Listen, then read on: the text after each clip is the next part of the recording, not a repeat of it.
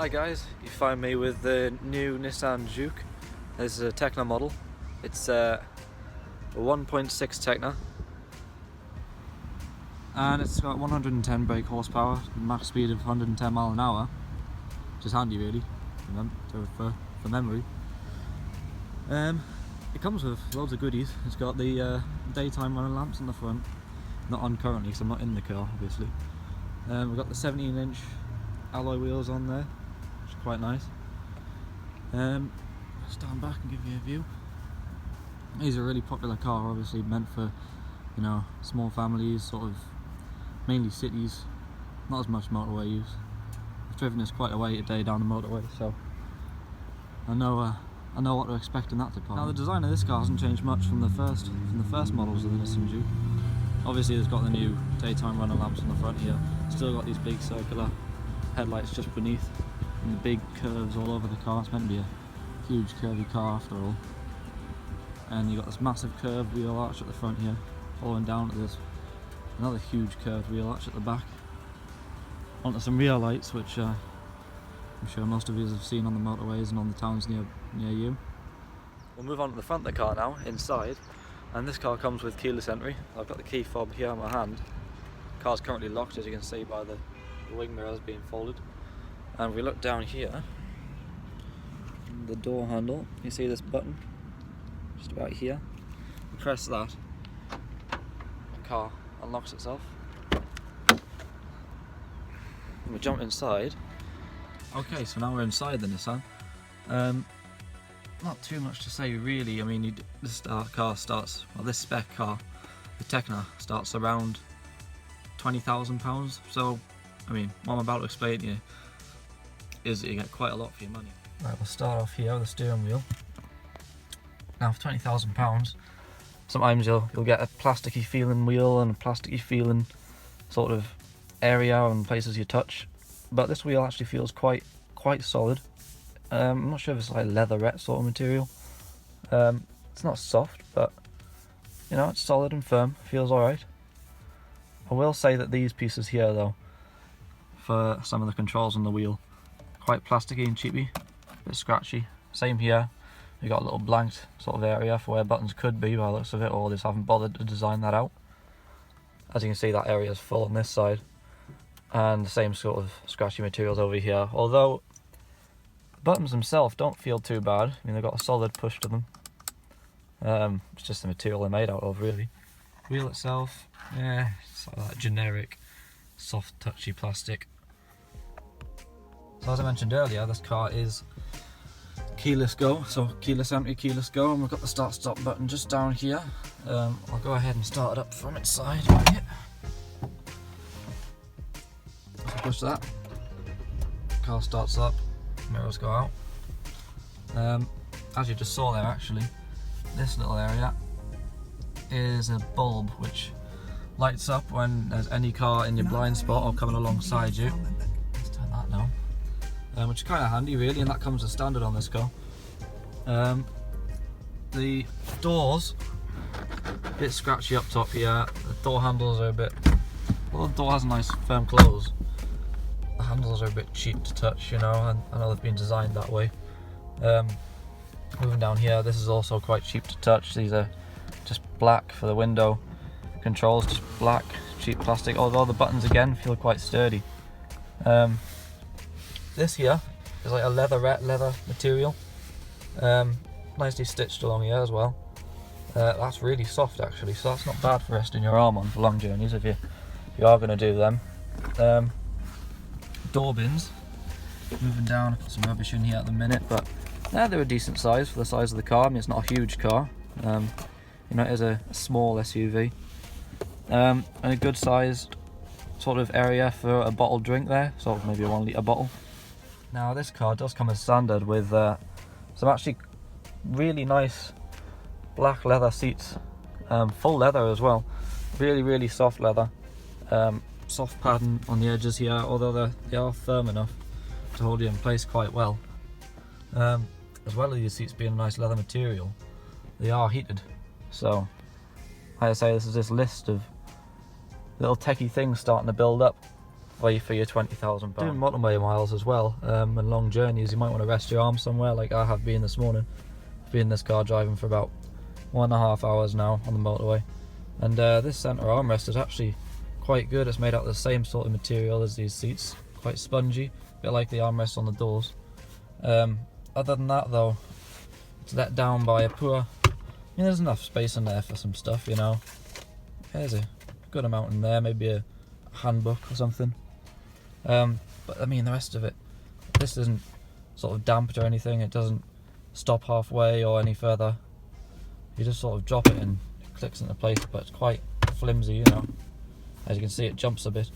And then if we lift this up, this is a really scratchy material under here, under the armrest. So if somebody does want to lift it up, to example, operate the heated seats, which are these buttons down here, has a few settings, high, low. I think it's about 3 settings on there.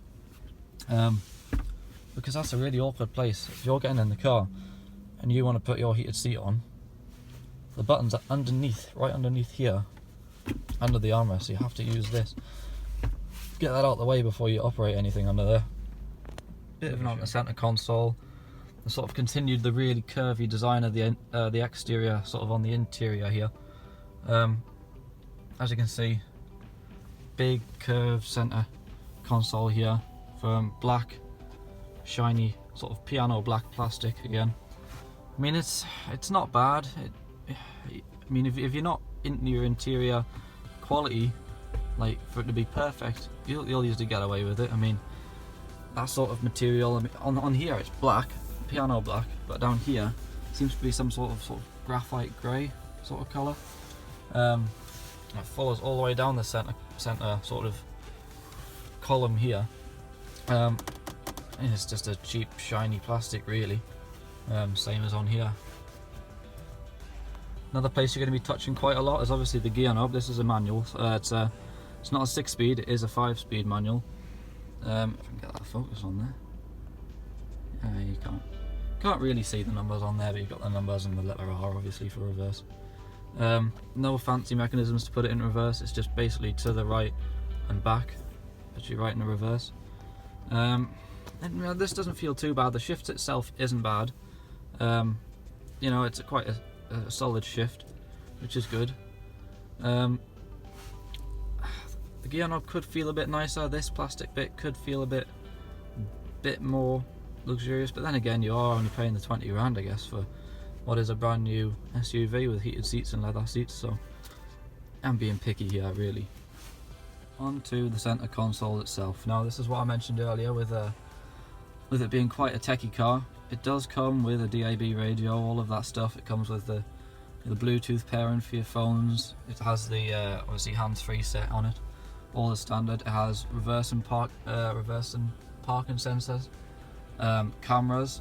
As I think you might be able to see, cameras here for reversing, and obviously 360 above, which is quite good. A little image of the car there. And then obviously the cameras along the side of the car, which you can change there.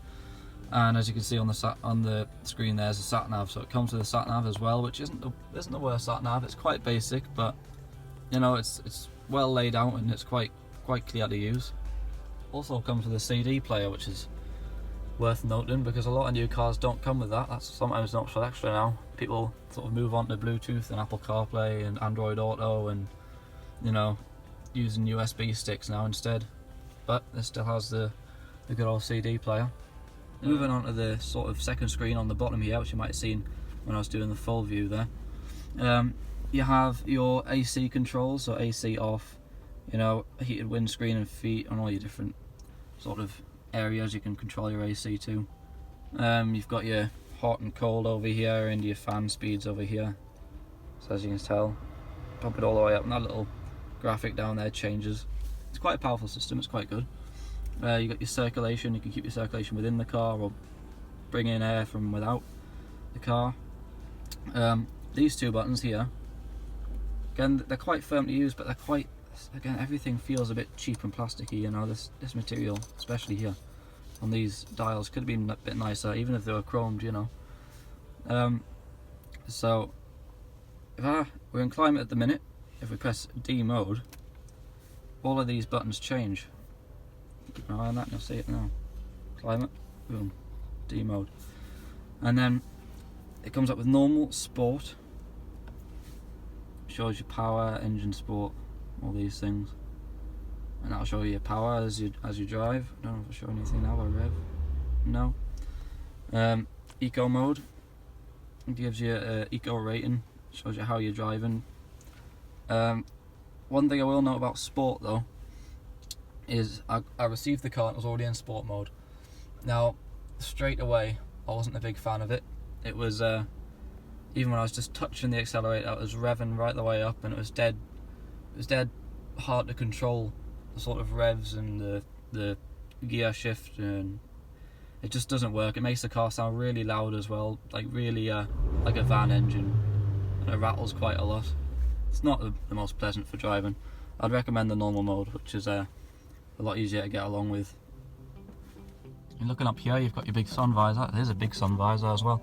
However, there is no light for the driver side. So, I mean, if it's at night and you just need to quickly check something in that mirror, you might be in trouble. Nice rear view mirror there. It's quite solid actually. Quite a good build that. The lights, however, are a bit disappointing. Old halogen lights with quite cheap plastic switches on them. I mean, they could be a lot better, really. I mean, they do the job, obviously, but, you know, for a new car, maybe not great. On this side, again, another mirror, but again, no light, which might be a little bit of an issue for someone. I mean, we're picking small faults here. Below this system, we have a little USB socket, aux socket, and a little 12-volt charger down here as well. Which is always handy, obviously. One little cubby that is damped though on this, apart from, you know, other than this centre armrest which sort of closes by itself, is the glove box, and it's a good size as well, so that's sort of nicely damped. Falls, you know. There's quite a lot of room in there, see a logbook in there, a lot of room for whatever else, bits and bobs you want to put in there. And that just neatly closes back up. Another thing to note as well on the steering wheel are some really handy controls. So over here, you've got your source and your button for changing radio stations. Obviously that's not something new on a car. Your volume buttons and your phone call for your Bluetooth. On this side, another thing about that list of tech for this car for 20 grand is a really decent cruise control system actually. You know, you can set it and then set your sort of speed with this little dial here, which is really handy. And obviously the cancel button there. You can set a cruise control here, so I can set the speed to 30 and it'll do that, stay at that. Or you can limit the speed with this, so you can sort of limit your speed to 70 and the car won't let you go over that until you cancel that. The dials here on the display, not bad. I mean, really big and clear. Again, not as if you're ever going to touch these really, but they are quite plasticky and you can tell it by looking at them. One bit that is quite soft though is this binnacle above. That's quite nicely designed, you know, bit different. It is a bit basic. I mean, it can show you your temperature, your fuel level, miles per gallon, which is about average of 40 miles per gallon in one of these 1.6 petrol engines, which isn't too bad really. Looking into the back of the car now, you've still got these lovely leather seats, you know, matching the front seats. I mean, they're not heated or anything obviously, but they're quite well shaped. You know, doesn't look like there's much leg room in here. I haven't been in the back yet, so it's a nice view through. There's it's quite dark in the back here though. These quite small windows, especially when they're tinted, and this slanting roof line at the back, and obviously the dark headliner. But it can be quite dark in here. What you don't get in the back is any nice soft sort of door armrests, and this is that cheap plastic feeling material. Same with the door handle and this little grab handle here, and obviously that rear window button, which is a shame because passengers in the back will want to just rest, you know, they're not doing anything, so that could have been a bit better, just a bit of padding there or something. And the door bins are really quite bad. They don't go all the way back along the door, they don't go forwards, they don't go deep. It is literally just one sort of circle area here. Quite deep, mine, but just for a bottle, and that's it really. When you consider people in the back might want to store snacks and a bit more food with them, that could have been better. With the seat quite far back, I think this is almost all the way back actually, there is actually quite a bit of room there. And the back of it is padded, so even if you were rubbing against it, you don't really feel it. But there is a decent amount of room there. I mean, you've got, what's that, a couple of inches of room. That's not bad at all really. And the arm 5'8", and the support for the back seats is actually quite good as well. As you can tell, there's not much bend on my knees there. There's plenty of room underneath the seat for your feet. So yeah, quite comfortable. Could be better, could be worse. Just noticed this as well upon getting out of the car. Although it's quite dark in here, that sort of shows when you try to open the door and get out of the car.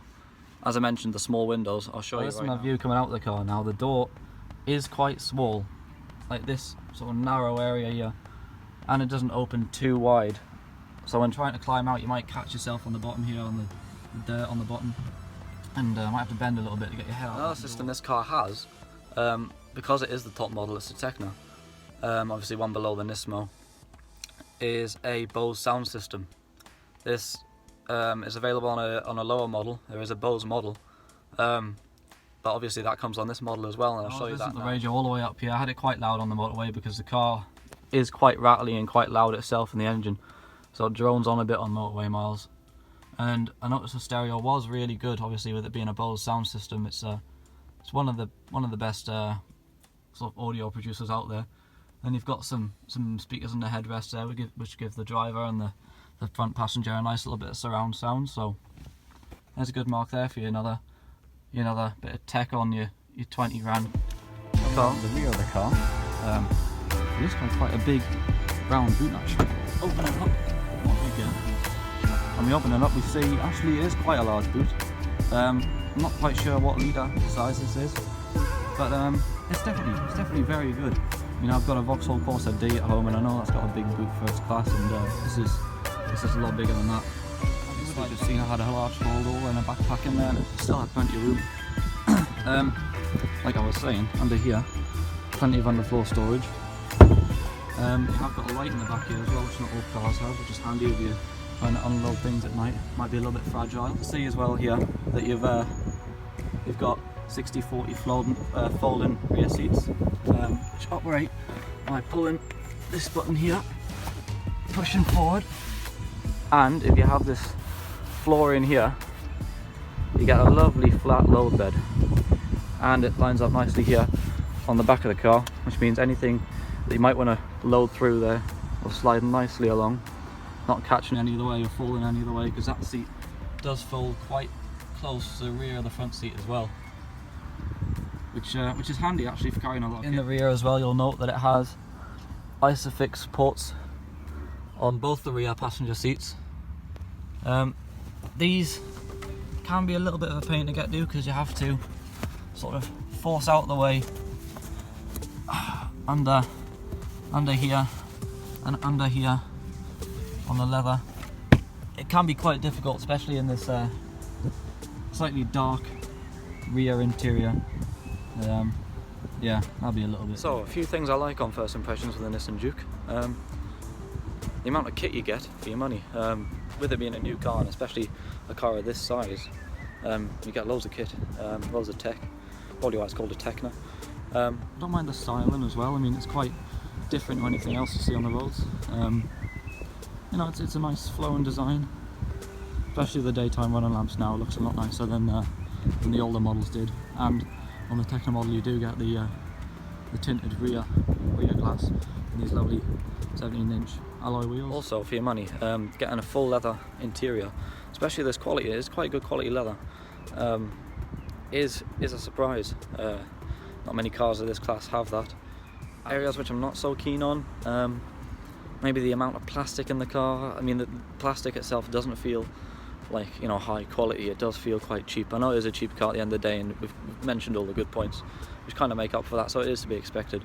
But yeah, if I'm being nitpicky, that's one of them. Another thing that could be maybe be a little bit better is the driving experience itself. I mean, in town it's not so bad. In normal mode or eco mode, it does the job pretty well. But when on the motorway or in sport mode, it really drones on quite a lot. I think on the motorway it could do with the 6th gear. It's quite drony and trundly. It sometimes sounds like an old diesel engine, which isn't great, especially if you're going to do a lot of miles in it. The drive itself does feel quite sporty, especially with that a good quality gearbox, so that's not bad at all. The ride, as I say, for £20,000, you get quite a bit for your money. It's a pretty good deal, really. The driving experience could be better, but you know, if you've got a small family and you need the room, and then you know you need it for the price, I'd say it's well worth it, really. It's up there with the rest in its class. So that's it, really. I think I've covered most of the stuff I can without actually showing you us driving it. Take my word for it. It could be better, it could be worse. So that's it from me. I made it in white. My first ever video doing a car review. Hopefully there'll be more in the future, we'll see. But you know, if you found it in any way helpful or any way good to watch, please leave a like, you know, leave some comments saying how I can do better, and if you really feel like it, subscribe, that'd be great. Thanks, see you soon.